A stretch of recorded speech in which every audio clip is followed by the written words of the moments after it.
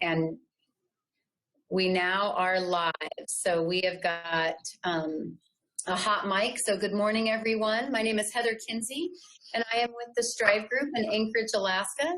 And you've joined us for our daily webinars. So we've got Monday through Friday at the same time, same place, webinars that are all relating to managing disruption regarding or due to the COVID-19 pandemic. Today's topic is on communication. So particularly, or specifically, I guess I should say, leveraging your communication teams in times of crisis.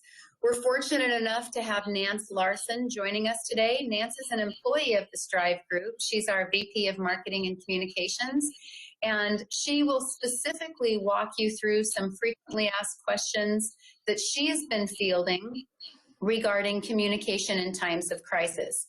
So if you're new to our daily webinars, you'll know that, or you may not know that every day we're doing them on different topics. So tomorrow's session is on business liability. The session on Wednesday will be on distance meeting management. You can always visit our website at thestrivegroup.com, select the COVID-19 resources, and you'll see our programming for the next month. And again, they're always at the same place, same time, so same URL, same time, 10:30 Alaska time, 11:30 a.m. Pacific time.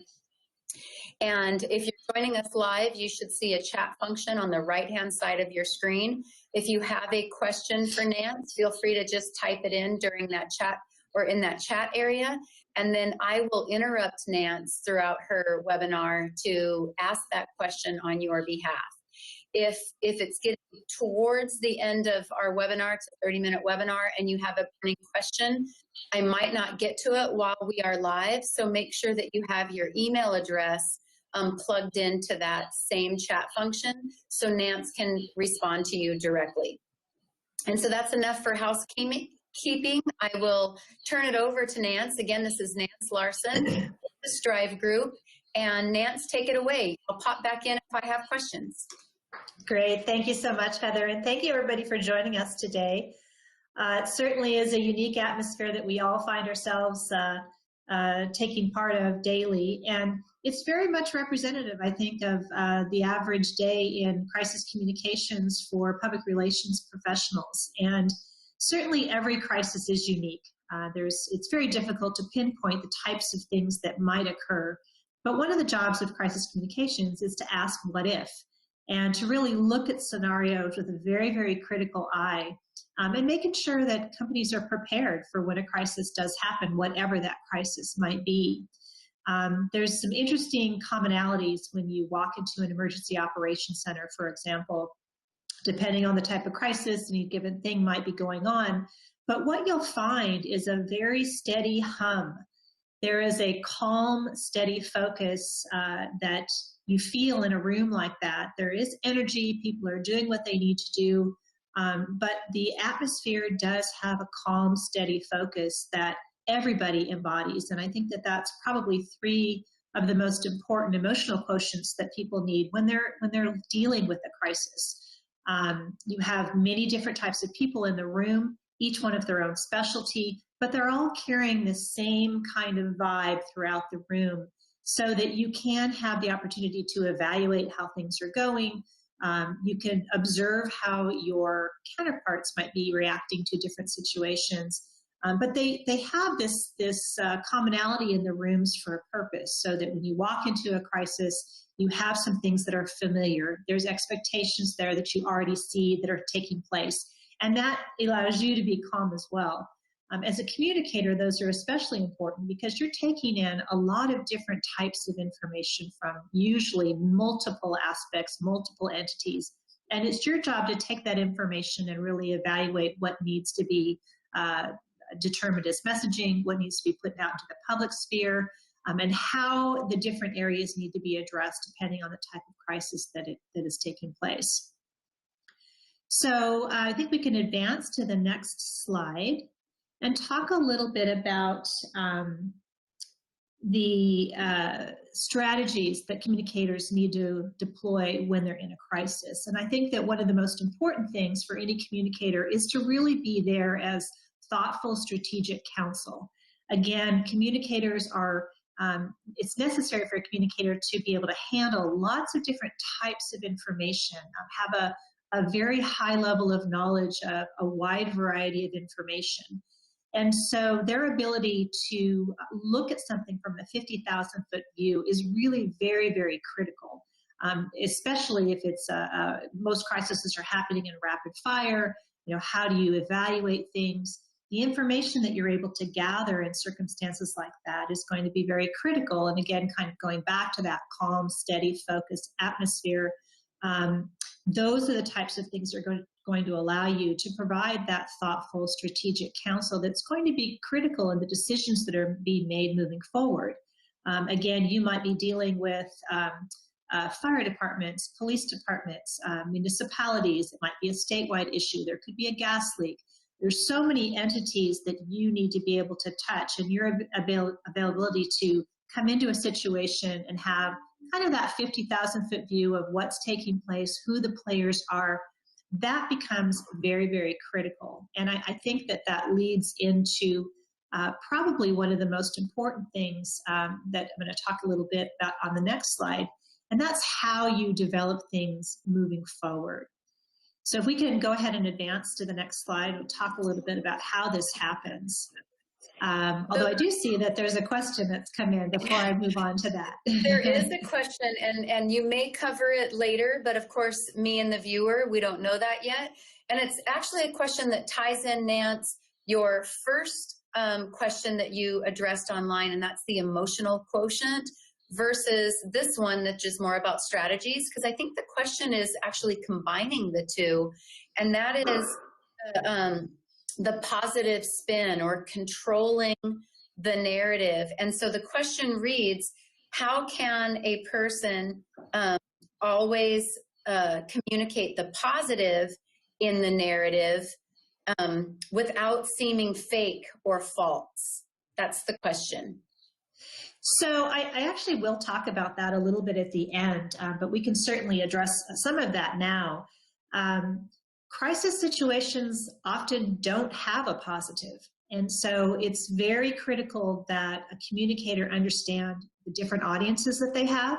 It might be an internal audience. It might be employees. It might be an external audience that's impacted by a specific crisis. And so the communicator really needs to understand, again, multiple facets of a business, a company, an organization, an industry, to be able to ask the right kind of questions so that they're able to communicate effectively, whether that's communicating something that's positive or communicating something that might be detrimental, dangerous, or have a negative impact on the audience. So again, that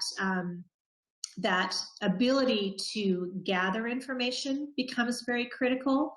And this leads into our next slide about information literacy. And this is really critical for a communicator to have the ability to be able to talk about many, many different facets of an organization with enough competency to be credible, to make the information viable, to make sure that they're able to effectively message, whether that be positive or negative. Again, oftentimes when a crisis is first occurring, it may be difficult to find what those positive elements are. And so the ability to really have that wide lens, that wide viewpoint of an organization and how they operate is going to be very critical in how that person is able to potentially bring in additional information that might be beneficial to the audience. Some of that really starts well before a crisis actually happens. It's the job of the communicator to build relationships. That's really part of a communicator's charter. And that's going to happen well before a crisis actually occurs, and really is something that they should be building on every single day, is building the relationships with the different publics that they serve. And that starts internally, being very visible within a company or an organization. Building relationships with all different levels from the C-suite to the front desk, gathering that input. That intel is going to become very critical, especially in times of a crisis. You just don't know when that types of information might be important. But equally as important to that is that you're building a trust factor prior to any crisis that might occur. You are building those relationships so that people are comfortable talking to you and giving you the facts, giving you the information that you really truly need to have, coming to you if they have information that they feel is pertinent to share before a crisis might happen. So again, a communicator's ability to really build that layer prior to a crisis is really, really important before the chips are falling, before the rapid fire is happening, before you're in that crisis center room. You've already started or have those relationships built so that you've got that connectivity with people before a crisis actually happens. And I see there's another question before we move on. There is, Nance. This question is specific to the COVID-19 issue and all of the various information points that are coming in, right? We're just being overloaded, as you can imagine. So the question reads, how does a business leader, one, communicate what sources of information he or she is relying upon to their external clients? And then a follow-up question to that was, how do they know that those sources of information are credible, especially during times of and I don't know if there's a spelling issue or whatever, but it says especially during times of inaccurate and misinformation. So that's a great question, and I'm glad that that's been brought forward. We are living in an age of not only misinformation and disinformation, but at times malinformation. So there's vast differences between the three. Misinformation is perhaps information that was incorrectly given but not intentionally incorrect. Disinformation, by the description, is deliberately incorrect. And kind of a new thing that we're seeing, malinformation, where deliberately information that could be hurtful or harmful is being distributed in the public. And we are seeing that with the advancement of social media, 24/7 news cycles. It's become a real issue, and the public is becoming so inundated with information that it is really hard to decipher who is the right author, who has information that is credible, where should I be going for my sources. And generally what I tell people is that there's a couple different things to keep in mind, and it's really a practice of three. I generally look at three different types of media sources, for example, if we're talking about media as one. And ask yourself these questions. First of all, don't get all of your information from one source, but limit where you are potentially getting your information from, making sure that they are credible. Ask yourself, who is this news organization? Who is their audience? Do they seem to be objective in their reporting? And look at those aspects to determine whether or not you feel that's a reliable source of where you'd like to get your information. It makes it a little bit easier to tune out some of the noise that is in the atmosphere right now. There's so much information coming in, it can just simply be overwhelming. So having a practice of asking yourself some of those questions is going to help you determine whether or not a source is a credible source that you want to rely on. Secondly, I generally like to identify different types of sources that I feel have the credibility already established. So for example, with COVID-19, the two sources that I'm recommending most to people is the CDC on a national level, the Center for Disease Control. Their information channel is a credible channel, it's consistent, they are putting out information in a timely manner. And then likewise, on a global level, is the World Health Organization. To me, you've got two very, very credible sources, long-standing sources of information. They are putting out information on a regular basis. And so those are the two specific to COVID that I'm generally telling people, those are the places that you need to go to for consistency, for accurate information, for timely information. And as things change and evolve, they're going to be updating the materials that they're putting out for people.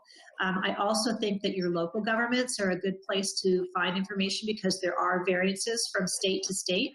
So it is important to look and see what your local government is also issuing as well. So again, kind of that process of threes of asking your three questions, having your three sources, state, global, and national. That's going to help people dive through the clutter. It's going to help them be able to discern more easily the information that's credible, and it will feel less overloaded because there will be some familiarity there. Right. Well, thank you for that. And so there is another question, but I think that you might cover it. So if you don't, I'll hop back on and ask it on behalf of the caller, okay? Sounds good.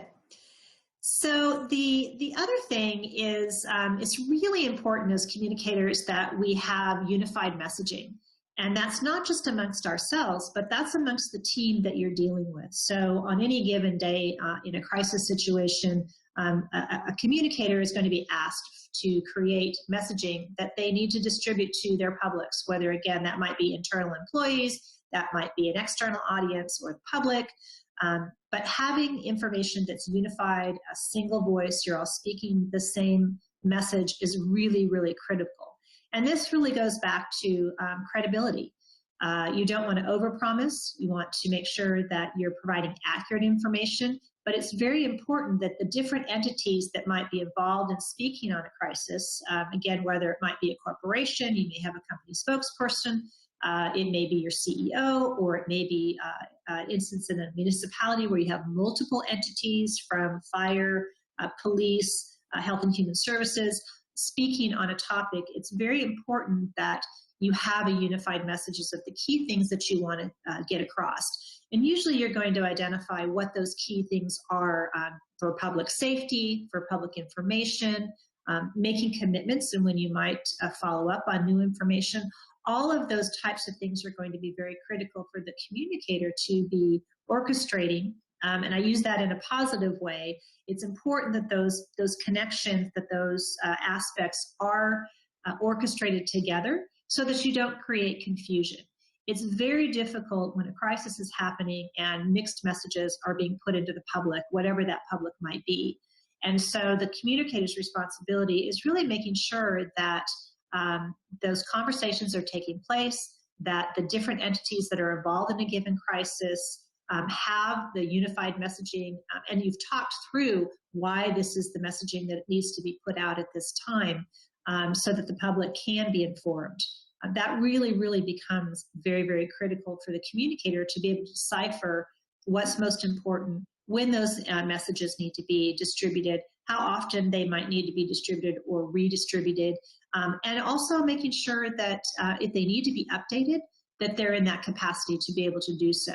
That goes back to the earlier conversation about relationships and building that trust factor ahead of time before a crisis actually takes place. That is probably one of the single most valuable pieces that a communicator can have going into a crisis, is having built those relationships in advance so that you have those conversations already taking place. In some cases, you might even have scenarios that have already been practiced. It's not easy necessarily to be able to pinpoint every type of crisis that's going to take place or that may take place, but having that familiarity of having had those conversations, preparing what if this were to happen, that's going to be critical in having the trust of your team to be able to develop what those unified messages are and that each of you are going to need to put out to the public. And that goes in, I mentioned a little bit, the 3 T's of crisis, which is so critical for any communicator to make sure that the information that they're putting out is first and foremost truthful. And this can be difficult in a crisis because information is coming through quickly. Again, things are happening in rapid time. Often they're changing. So to the very best of their ability, they need to have the capacity to put out truthful information. They also need to be trustworthy. And again, this goes back to building that credibility prior to a crisis taking place. And then also making sure that the information is timely. And I think that probably one of the most difficult roles, but most important roles of the communicator in a time of crisis is really to take on the role of asking the difficult questions. The questions that perhaps others may not want to answer or perhaps can't answer at that time, but having that awareness to be able to put a question on the table, what if this were to occur? Have we thought about X?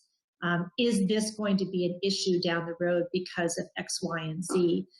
Kind of putting yourself in the role of the elephant in the room, I like to call it, because they are hard questions, but that's part of a job of a good communicator. And that's the type of communications that you want to be having free flow within your organization so that you are not caught by surprise.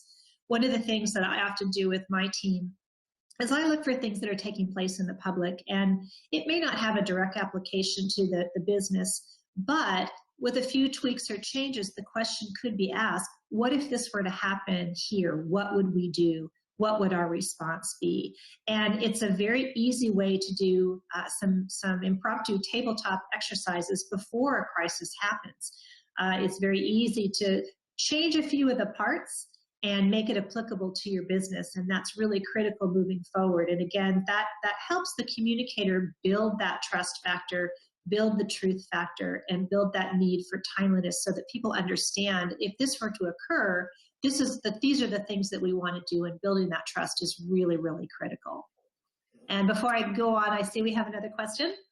You do. We have two questions. I'll still hold one because I think you'll eventually get there. But this one reads, is there information that shouldn't be voluntarily provided, or is there information that a business owner or a manager should withhold?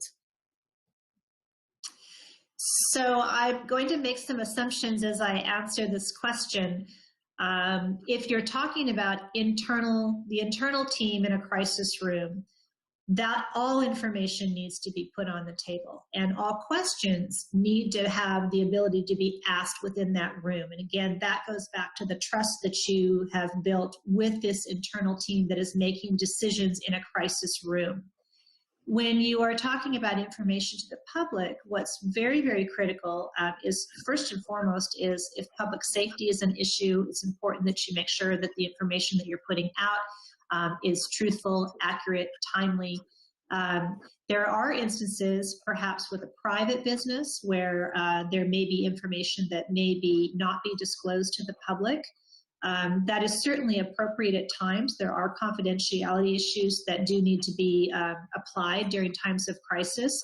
But the overall goal is to provide as information that is as truthful as you possibly can be without a conflict of interest that you might create for a client or a business that's related to confidential information. So again, that ability to have the trust of having that conversation. And sometimes it's the hard conversations as a communicator where you have people in the room or individuals in the room that may not want to disclose certain information. It's the job of the communicator, if it's appropriate, to be able to have the argument of why that information needs to be shared with the public, why it's important to maintain that trust factor, why it's important to be truthful. It's difficult in times of crisis because things are happening so rapidly, and sometimes that answer might change because of that. But the ability of a communicator to be able to be in that position to ask those difficult questions is really, really critical, because ultimately you do want to be able to produce timely, truthful, and transparent answers. That is critical as a communicator. Right. So that's technically a 4T thing, but I'm just That's true. I've got one more question from you. And again, I'm making an assumption based on what is written here. Bear with me, but I'm making the assumption that this company is still open. You know, perhaps they're an essential business or something, because they're still having active client and customer relations going on. But they ask, how often should formalized external communications occur in times like the ones we find ourselves in? You know, that's going to vary from crisis to crisis. And generally what will occur is you'll set a timeline, and you need to follow through on that commitment. If you say you are going to update or have updates for the public every hour, then that needs to occur. It generally is more rapid fire the first 36 hours of a crisis, where you perhaps want to have more frequent communication. Again, the most important thing is that it's truthful, transparent, timely. If you say it's going to happen at a certain time, it should happen at that time. If for some reason it can't, provide an explanation of why. And sometimes it may be the circumstance has not changed since we last updated. That may ebb and flow a bit as the days move on. So you have to gauge that a little bit about the type of information that you're putting out. Again, what does it relate to? If it's public safety or public health, you may need to do that a little bit more frequently. But it's important that you position the company in accordance with what is taking place. So for example, at Strive, we are considered an essential business because of the connectivity that we provide, among other things. But we have put into play very specific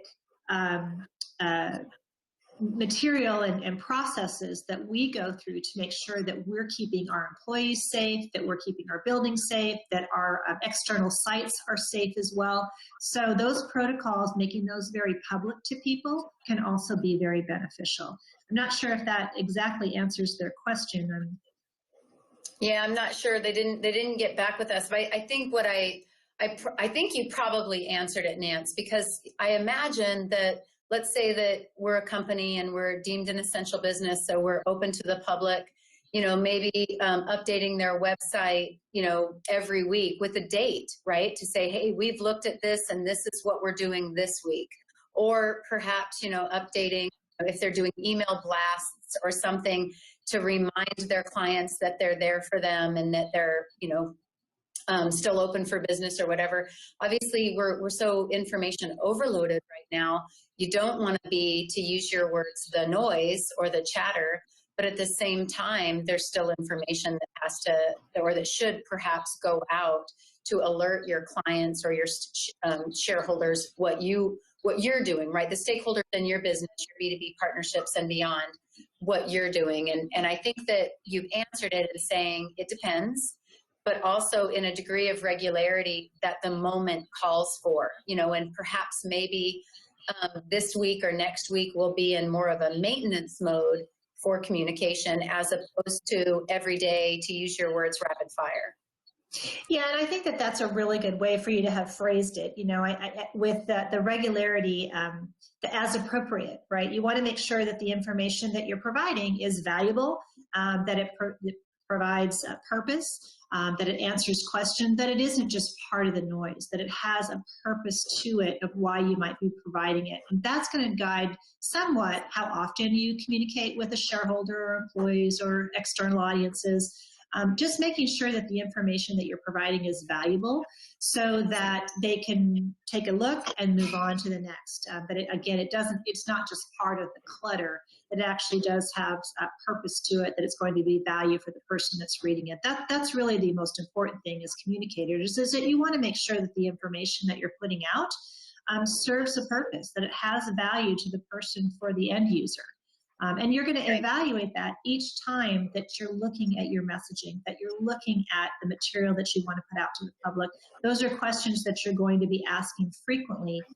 Is this of value? Is the timing on this right? Have we communicated enough on this particular topic, or is there added value that we need to, continue to communicate on this particular subject matter for our audiences? We didn't really touch yet on, or at all on this presentation, on the different methods that people can use, but you mentioned several: updating your website, making sure that your social feeds have appropriate information to share, posting things, if appropriate, out to the news media, holding news conferences. I mean, there's a host of other things that you can be doing to put that information out to the public. And that's all part of the evaluation that you go into in your crisis center of not only what do we want to communicate, but how do we want to communicate it, when do we want to communicate it, and where. Right. It's good stuff, Nance. I think that we'll probably have to have another webinar, especially let's flip this pandemic, right? So right now we're going into it, but eventually businesses will have established a new normal and we'll be back and running again. And there different types of messaging clearly need to go on. So I look forward to you joining us again to help people on the backside of this make sure that they get the right external and internal communications out to their stakeholders. So everybody, we've reached the 30-minute mark. So just a little bit of housekeeping before I turn it back over to Nance to say goodbyes. You can visit thestrivegroup.com for our schedule. As I said earlier, our programming is loaded up until almost the last week there in April, and we expect to do these daily until mid-May or beyond. So please check us out, and you can hop in at any time. It's the same URL that you're using right now. We'll get you there until it goes into the recording phase, and you can hop on our website and see all of the playbacks as separate entities on that site. If you have ideas for additional topics, or if you have specific questions that you'd like to ask our subject matter experts that have graciously given us their time and their talent, you can send those questions or those topic suggestions to info@thestrivegroup.com. And I will personally respond to you, making sure that I'm hooking you up with the right person that can answer your questions. I wish everybody the best of luck this week as we head into another week of unknown. We're all in this together. I'd urge you, whether you're a business owner or an employee or a soon to be well-seasoned teacher at home, you know, as you learn how to homeschool your children, I urge you to stay positive and to find the bright light. You're going to find something every single day. So I urge you to look for those things. And again, many thanks to Nance. I appreciate you giving us 30 minutes of your time here today. I know that our viewers appreciate it as well. And I'll let you say your goodbyes. And for now, until next time. Great. Thank you, everybody. And I appreciate your questions today. And if there's more that I can answer, please do reach out either at my web address there at the bottom, my phone number, happy to take a call. You can also reach me on LinkedIn and on Twitter, and I look forward to the conversation.